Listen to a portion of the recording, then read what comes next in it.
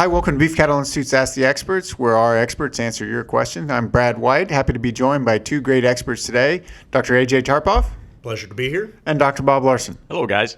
So we're happy to have you listening, and as always, if you send us a question, we'll get our experts to answer them. You can send that to bci@ksu.edu, and when they answer them, they get up to 10 points for their answers. Today's listener question is a great one. It starts off by saying, I know you have recommended to castrate my calves earlier, but I've got to weaning with bulls, and now I'm planning on castrating them. Should I use surgical castration, knife cut, or should I use banding? Bob, I'm going to go to you first. Well, I'll admit my preference has always been knife cut, and there's a couple of reasons for that. One is I think that I get it done today, and if I'm going to have any negative effects, it's right now, and I can address them while I've still got cattle gathered. And so I really prefer a knife cut situation. We've done a little bit of research here that says that there might be some advantages to a knife cut type of at weaning. So your plan is knife cut? Yep. Okay. 5 points for Bob to start out with. AJ? Well, we forgot about the most important piece on castration is before anybody castrates an animal, we have to be able to count to 2. Okay, so that is the most important. Number 2, I'm actually going to bring up some of the research we've conducted that it depends. Now, I understand surgical castration is great in some scenarios, but given environmental scenarios and environmental parameters, and we have really dusty environments, if we have really muddy or harsh, cold or hot, knife cut may not be advantageous. Where banding some of these heavier animals will give us an opportunity to get over that hump of that environmental extreme. Okay. So AJ starts out with banding. So now I want to know some of the pros and cons. So give me some of the pros of you're picking surgical castration. Give me some of the pros.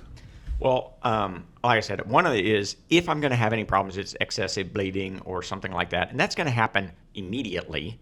And so if there's a problem, I know about it and I can detect it. Some of the things that AJ said, so really cold temperatures, really hot and dusty situations.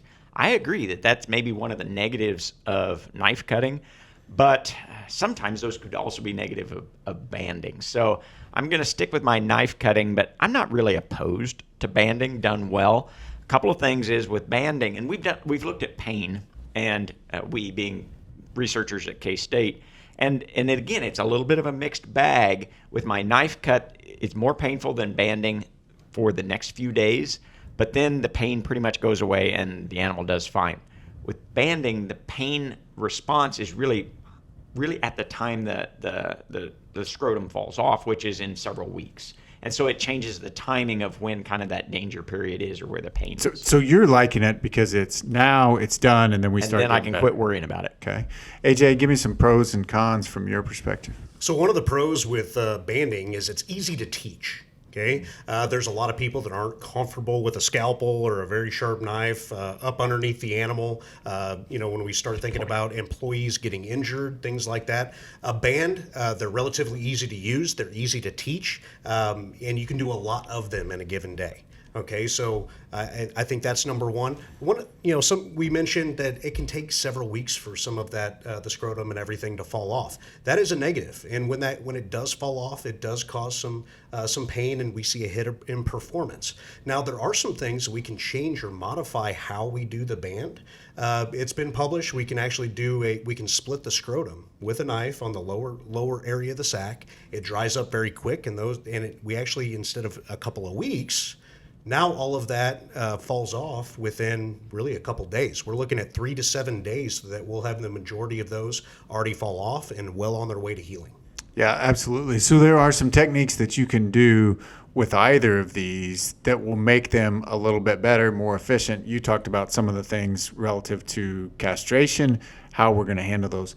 Any specific disease sequelae that you guys are worried about with either of these? My number one is tetanus. Okay, tetanus is whether we're banding, it increases the risk of tetanus. If we're going to castrate, doesn't matter if it's knife cut or banding, we need to at least vaccinate with a toxoid whenever we're castrating. Okay, excellent. So great points on both those, and it looks like pick what fits your operation and the type of cattle based on when you can do the observation. Good perspective from both experts. Bob ended up with 8. AJ ended up with 9. So thanks for joining us. If you have further questions, send us an email at bci@ksu.edu.